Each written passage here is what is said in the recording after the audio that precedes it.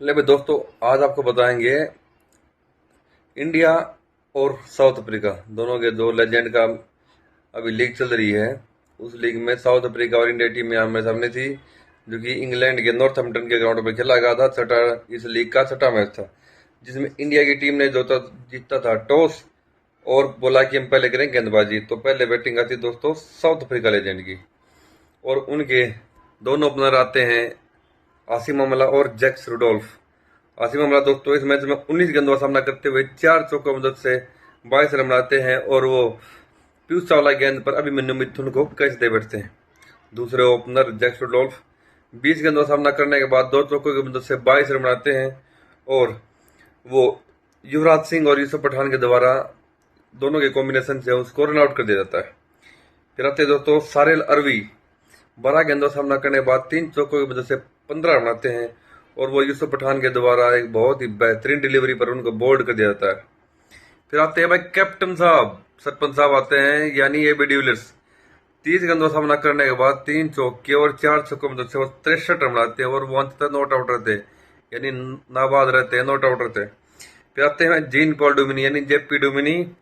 12 गेंदों पर 1 चौका और 1 छक्का मदद से 16 रन बनाते हैं, और वो पीयूष चावला की गेंद पर रोबिन ओथप्पा यानी ओथप्पा साहब के द्वारा कैच आउट कर जाते हैं। फिर आते हैं वैन पार्नेल। 6 गेंदों का सामना करने के बाद 1 छक्के की मदद से 11 रन बनाते हैं, और वो भी यूसुफ पठान के द्वारा उनको बोल्ड कर दिया जाता है। फिर आते हैं जे स्मट। 17 गेंदों का सामना करने के बाद 3 चौके और 1 छक्के की मदद से 30 रन बनाते हैं, और वो पीयूष चावला के द्वारा कैच आउट कर लिया जाता है। बॉल थी अभिमन्यु मिथुन की। और उसके बाद में आते हैं विकेट कीपर मोर्ने वेनविक, जो कि 5 गेंदों का सामना करते हैं, 3 चौके और 1 छक्के की मदद से 18 बनाते हैं, और वो भी नॉट आउट रहते हैं। तो इस तरह दोस्तों 20 ओवर की बल्लेबाजी के बाद साउथ अफ्रीका लेजेंड का टीम का स्कोर था 208 रन 6 विकेट के नुकसान पर, और भारतीय टीम के सामने स्कोर जो टारगेट था वो था 209 रन का। अगर बात करें भाई विकेट की, दो विकेट मिलते हैं पीयूष चावला को, 2 विकेट यूसुफ पठान को, 1 अभिमन्यु मिथुन को, और 1 होता रन आउट। तो 209 रन के लक्ष्य का पीछा करते हुए भाई इंडियन टीम की जो शुरुआत है वो बहुत ही खराब रहती है। ओपनिंग में आते हैं शिखर धवन और रोबिन उथप्पा। लेफ्ट और राइट हैंड का कॉम्बिनेशन को लेकर उतरती है टीम इंडिया। रोबिन उथप्पा जो कि विकेट कीपर की भी भूमिका निभा रहे थे इस मैच में, 13 गेंदों का सामना करने के बाद सिर्फ 2 रन बनाते हैं, और वो विल जॉन के द्वारा कैच आउट करे जाते हैं। बॉल थी वैन पार्नेल की। और शिखर धवन 4 गेंदों का सामना करने के बाद सिर्फ 1 ही रन बनाते हैं, और वो इम्पैक्ट प्लेयर के तौर पर आते हैं इस मैच में, और वो विल जॉन की गेंद पर बोल्ड हो जाते हैं।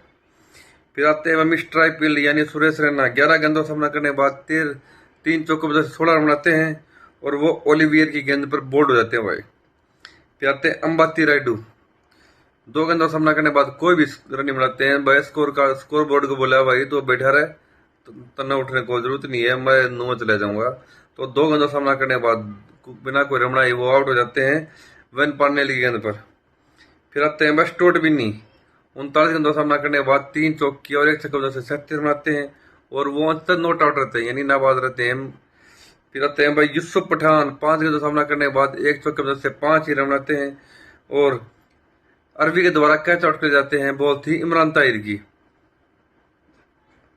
और जो उनको कैच किया था भाई, वैसे तो देखा जाए तो वो कैच एबी डिविलियर्स का होना चाहिए, क्योंकि एबी डिविलियर्स ने बड़ी बेहतरीन बाउंड्री पर फील्डिंग की, डाई लगाकर वो कैच अरवी की तरफ फेंका, और तब उन्होंने कैच लिया था। लेकिन ऑफिशियल तो उसको अरवी की ही कैच माना जाएगा। इरफान पठान 9 गेंदों का सामना करने के बाद 2 चौकों की मदद से 10 रन बनाते हैं, और वो फंगिसो के द्वारा एलबीडब्ल्यू को दे जाते हैं। फिर आते हैं दोस्तों पीयूष चावला। 13 गेंदों का सामना करने के बाद बिना कोई बाउंड्री लगाए 9 रन बनाते हैं, और ओलिवियर के द्वारा कैच आउट कर जाते हैं। बॉल थी फंगिसो की। फिर आते हैं दोस्तों पवन नेगी। 2 गेंदों का सामना करने के बाद कोई भी रन नहीं बनाते हैं, और वो भी विल जॉन के द्वारा कैच आउट कर जाते हैं फंगिसो की गेंद पर। फिर आते हैं दोस्तों विनय कुमार। 12 गेंदों का सामना करने के बाद 2 चौकों की मदद से 13 रन बनाते हैं, और मोर्नी वन वीक यानी विकेट कीपर के द्वारा कैच आउट कर जाते हैं। बॉल थी इमरान ताहिर की।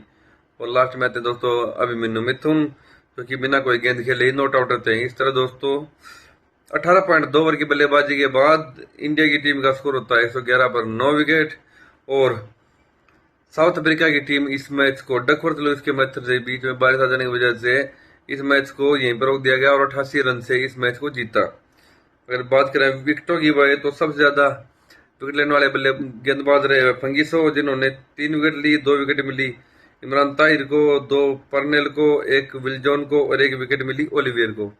तो ये था दोस्तों India legend versus south Africa legend के मैच की पूरी जानकारी।